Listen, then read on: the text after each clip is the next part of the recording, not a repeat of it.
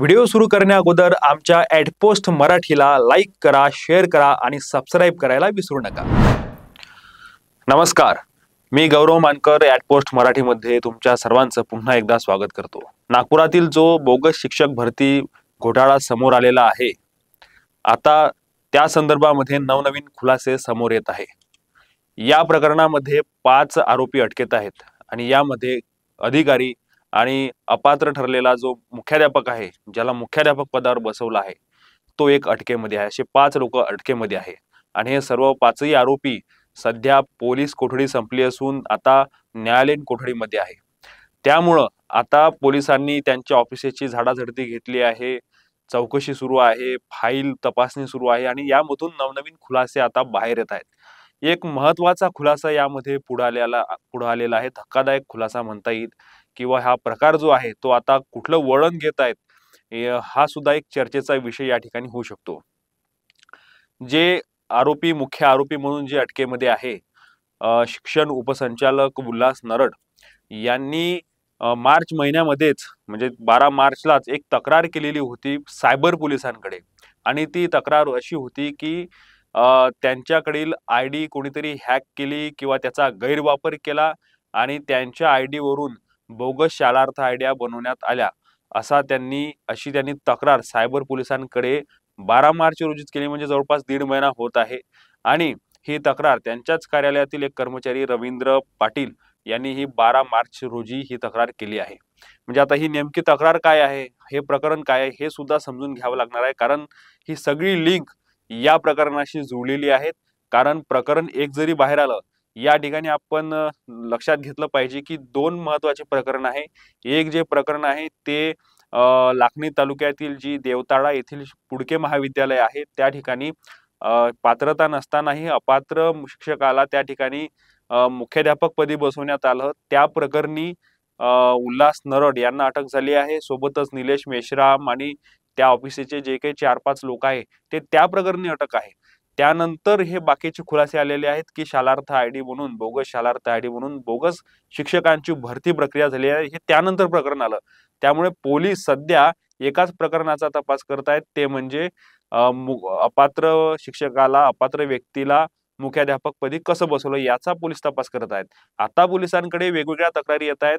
काल जवळपास 5 तक्रारी वेगवेगळ्या ठिकाणच्या पोलिसांकडे आलेल्या आहेत. कुही आणि वरुड या ठिकाणच्या तक्रारी पोलिसांकडे आलेल्या आहेत. पोलिसांनी त्या तक्रारी घेतलेल्या आहेत, परंतु त्या संदर्भातील आता तपास सुरू आहे आणि वेगवेगळ्या घटना यामधून पुढे येत आहेत. प्रकरण असं आहे की जवळपास उल्हास नरड यांच्या कार्यालयाच्या माध्यमातून 244 शालार्थ आयडी बनवण्यात आल्या होत्या. यामध्ये 211 प्राथमिक शिक्षक आहे, 2 मुख्याध्यापक आहेत आणि 18 कनिष्ठ लिपिक आणि 13 शिपाई असे पद होते. असे 244 पद होते जे त्यांच्या आयडीतून शालार्थ आयडी त्यांना मिळालेले आहेत. मग या ठिकाणी प्रश्नचिन्ह निर्माण झाले की बोगस पद्धतीने हे सगळे शिक्षक कर्मचारी भरण्यात आले आहेत. त्यामुळं त्या ठिकाणी विभागीय शिक्षण मंडळाचे अध्यक्ष चिंतामण वंजारी यांच्या अध्यक्षतेखाली चौकशी सुरू झाली आणि चौकशी सुरू असतानाच आता त्याचा अहवाल येतोच, तर त्यावेळीच उल्हास नरड यांच्या ऑफिसमधील रवींद्र पाटील म्हणजे त्यांच्याच कार्यालयाने सायबर पोलिसांकडे अशी तक्रार केली की आम्ही ह्या आयडिया तयार केलेल्या नाहीत. त्यांचं म्हणणं असं आहे की आम्ही फक्त 31 कर्मचाऱ्यांच्याच आयडी तयार केली, जे उल्हास नरड यांच्या ऑफिशियल आयडी वरून तयार झालेले आहेत. बाकी त्यांचं म्हणणं असं आहे की उर्वरित ज्या 213 शालार्थ आयडी आहेत त्या गैरप्रकारातून तयार करण्यात आलेल्या आहेत, अशी तक्रार त्यांनी सायबर पोलिसांकडे 12 मार्च रोजीच केली होती. त्यामुळं त्यांना आता प्रश्न असे निर्माण होत आहेत की या चौकशीमध्ये, या तपासामध्ये आपला घोटाळा बाहेर येतो की काय, असं त्यांना वाटलं असू शकतं आणि त्यातून त्यांनी मग ही पूर्वतयारी म्हणून सायबर पोलिसांकडे तक्रार दिली का, आता अशी चर्चा या ठिकाणी होत आहेत. म्हणजे त्यांनी पूर्वतयारीच करून ठेवली होती का उल्हास नरड यांनी, की त्यांना माहिती होतं की चौकशी सुरू आहे, आता आपला भांडाफोड होणार आहेत आणि त्यामुळे अगोदरच आपण हुशारी जर केली आणि सायबर पोलिसांकडे या संदर्भात तक्रार केली की आमच्या ऑफिसची आयडी किंवा त्यांची आयडी ही हॅक झाली किंवा गैरप्रकार झालेला आहे आणि त्या गैरप्रकारातून 231 आयडिया ह्या बोगस पद्धतीने तयार केलेल्या आहेत. कारण त्यांचं म्हणणं असं आहे की 31 कर्मचाऱ्यांच्या आयडिया आम्ही स्वतः केल्या, बाकीच्या आम्ही केलेल्या नाहीत. त्यामुळं मग आता 31 आयडिया जरी यांनी तयार केल्या, आता त्या 31 शालार्थ आयडी ज्या आहेत ते आयडी तरी व्यवस्थित आहे का, की ती सुद्धा बोगस आहे, हे सुद्धा आता तपासाचा भाग आहे. आणखी मुख्य तपासाचा भाग हा आहे, की पराग पुडके यांची जे मुख्याध्यापकपदी जे काही यांनी नियुक्ती केली, तर ती सुद्धा 31 ज्या आयडी आहे त्यामधली एक आयडी आहे का? कारण ती जर का 31 आयडी मधील एक असेल, तर मग ती सुद्धा नियमाप्रमाणे व्हायला पाहिजे. कारण त्यांना त्याच प्रकरणामध्ये अटक झालेली आहे. त्यामुळं आता हे प्रकरण कुठल्यातरी वेगळ्या वळणावर जाताना दिसत आहेत. आणि यामध्ये मग असं जर प्रकरण वेगळ्या वळणावर जाताना दिसत आहे, तर कोण कोणाला वाचवत तर नाही ना, ही सुद्धा एक आता तपासामध्ये पाहण्याची गोष्ट आहे.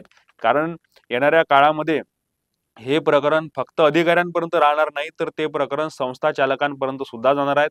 जे काही 580 बोगस शिक्षक आहे, तर ते बोगस शिक्षक हे वेगवेगळ्या संस्थेतून आलेले आहेत आणि वेगवेगळ्या संस्था चालक हे वेगवेगळ्या पदाशी रिलेटेड आहेत, वेगवेगळ्या पॉलिटिकल पार्टीशी रिलेटेड आहेत, वेगवेगळ्या राजकीय नेत्यांच्या जवळचे हे सगळे लोक आहेत. त्यामुळे हे प्रकरण फक्त आता अधिकाऱ्यांपर्यंत मर्यादित न राहता प्रत्येक शिक्षकांची तपासणी सुरू आहे आणि त्या तपासणी झालेल्या शिक्षक हे कुठल्या संस्थेतून येतात, कुठल्या संस्था चालकांनी त्यांची शिफारस केली होती, कुठल्या संस्था चालकांनी मंत्रालयातून बनावट कागदपत्र बनवून आणले आणि ते अधिकाऱ्यांना दाखवले, याची सुद्धा तपासणी आता होणार आहेत. त्यामुळं आता जर का ही पाळंमुळं सर्वांनी खोदली आणि हे जर का संस्था चालकांपर्यंत जाऊन पोहोचली, तर कुठेतरी अनेक संस्था चालक या ठिकाणी अडचणीत येण्याची शक्यता आहे. त्यामुळे हे प्रकरण आता वेगळ्या वळणावर नेण्यात येत आहे का, ही एक शंका आहे. त्याचप्रमाणे या पुढच्या काळामध्ये ह्या प्रकरणाचा तपास कसा होतो, कारण फक्त पोलीस एका प्रकरणाचा तपास करत आहेत. बाकीची जे शालार्थ आयडीचा तपास आहे हा पुणेमध्ये सुरू आहे. त्या ठिकाणी एक समिती बसलेली आहे. त्या समितीच्या माध्यमातून अनेक अधिकाऱ्यांना पुणे इथे बोलवण्यात येत आहेत आणि त्या ठिकाणी जाऊन अधिकारी डॉक्युमेंट घेऊन त्यांना बोलवण्यात येत आहेत. त्या ठिकाणी या संदर्भातला तपास सुरू आहे. तर जवळपास आतापर्यंत 5 आणखी तक्रारी पोलिसांनी नोंदवून घेतलेल्या आहेत. आणखी या ठिकाणी भांडाफोड होण्याची शक्यता आहे. भंडारा, गोंदियामध्ये मोठ्या प्रमाणामध्ये अशा प्रकारच्या नियुक्त्या झाल्याची बाब पुढे येत आहेत. त्याचप्रमाणे वेगवेगळ्या जिल्ह्यामध्ये अमरावतीमध्ये, खामगावमध्ये, बुलढाणा या ठिकाणच्या सुद्धा काही तक्रारी या ठिकाणी येत आहेत. उल्हास नरड यांनी याच प्रकारची चौकशी या अगोदर सुद्धा केलेली होती. अमरावतीमध्ये ते त्यावेळी होते आणि माजी उपसंचालक वैशाली जामदार यांच्यावर सुद्धा याच प्रकारचा आरोप झाला होता आणि हा आरोप झाल्यानंतर याची चौकशी उल्हास नरड यांनी केली होती आणि त्याचा अहवाल सुद्धा त्यानंतर आलेला नाही.